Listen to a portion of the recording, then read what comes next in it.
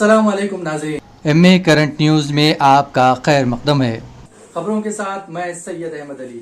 आइए नाज़रीन देखते हैं आज की अहम खबर। तेलंगाना के कई मुकामात पर शदीद गर्मी के बाद रियासत में अचानक हल्की बारिश का इम्कान है। हिंदुस्तानी महकमे मौसमियात हैदराबाद ने पेशन गोई की है कि बुध तक रियासत की तेज़ तर हिस्सों में बारिश का इम्कान है।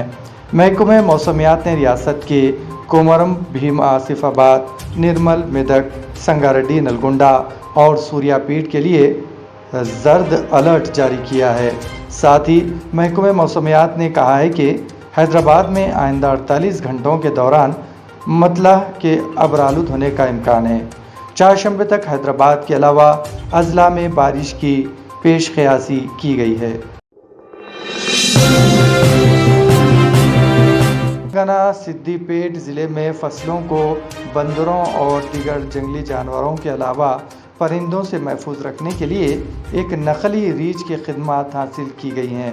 कोपड़ा मंडल से तारुफ रखने वाले भास्कर रेड्डी नामी एक किसान ने महसूस किया कि परिंदों, बंदरों और जंगली जानवरों को खौफजदा करने के लिए खेतों में लगाए जाने वाले इंसानी ढांचों मददगार साबित नहीं हो रहे हैं। तो इस किसान ने कॉस्ट्यूम सरबराह करने वाले एक शख्स से रुजू होकर रीछ की शक्ल का कॉस्ट्यूम तैयार करने की ख्वाहिश की। इस कॉस्ट्यूम की कीमत 10,000 रुपये थी। किसान ने बाद इज़ा एक शख्स की खिदमत हासिल किए जो इसका स्टीम को पहनकर खेतों में घूमा ताकि जंगली जानवर खेतों में दाखिल होने की हिम्मत ना कर सके, और ये तरकीब काम कर गई। अब इसकी खेत पर परिंदों और जानवरों से महफूज हैं। वही इस कॉस्ट्यूम को पहनने वाले शख्स को यौमिया 500 रुपये मेहनताना मिल रहा है।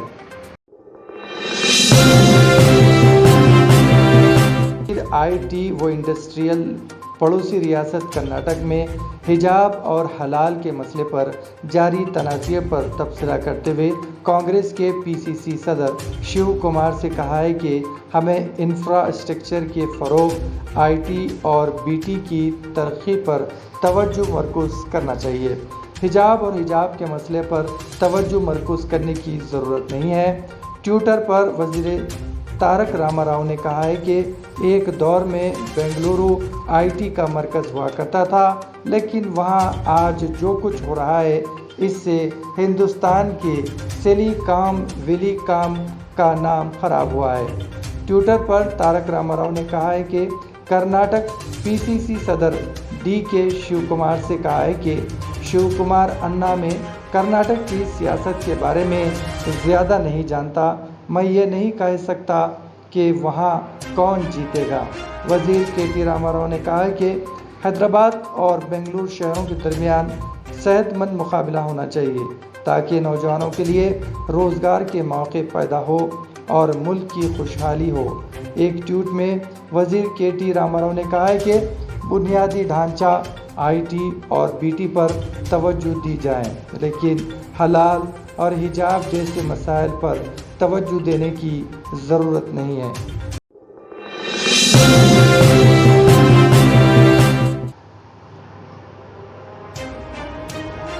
इस बच्चे को प्लास्टिक के कवर में डालकर लाया गया था। मुकामी ज़राए के मुताबिक आज सुबह नामालूम अफराद ऑटो में नीलोफर हॉस्पिटल के हाथ में दाखिल हुए और इनके साथ हाथ में एक कवर था, जैसे वो वहां फेंक कर फरार हो गए। कुछ देर बाद अस्पताल के अमले ने प्लास्टिक कवर में बच्चे को देखकर डॉक्टरों को इत्तला दी और पुलिस को मुतला किया गया। बच्चे को इलाज के लिए अस्पताल मुंतकिल किया गया और पुलिस पूरे मामले की छानबीन कर रही है।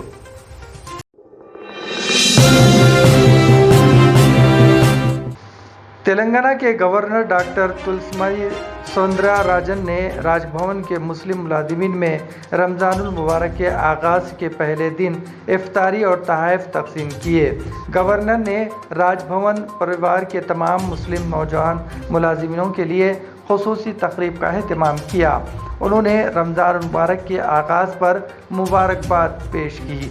गवर्नर सौंदरराजन ने मुस्लिम मुलाजिमीन के साथ ग्रुप फ़ोटो भी लिया।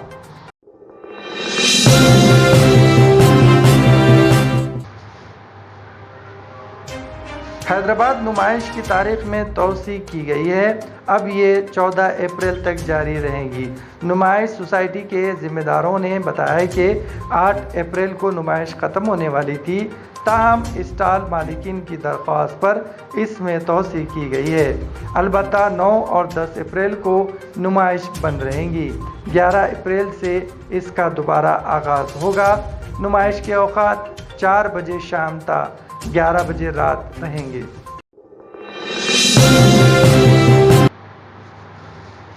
سری لنکا میں اس وقت زبردست معاشی بحران کا سامنا ہے۔ روزمرہ کی اشیاء ضرورہ کی قیمتوں میں بے تحاشا اضافہ ہو گیا ہے۔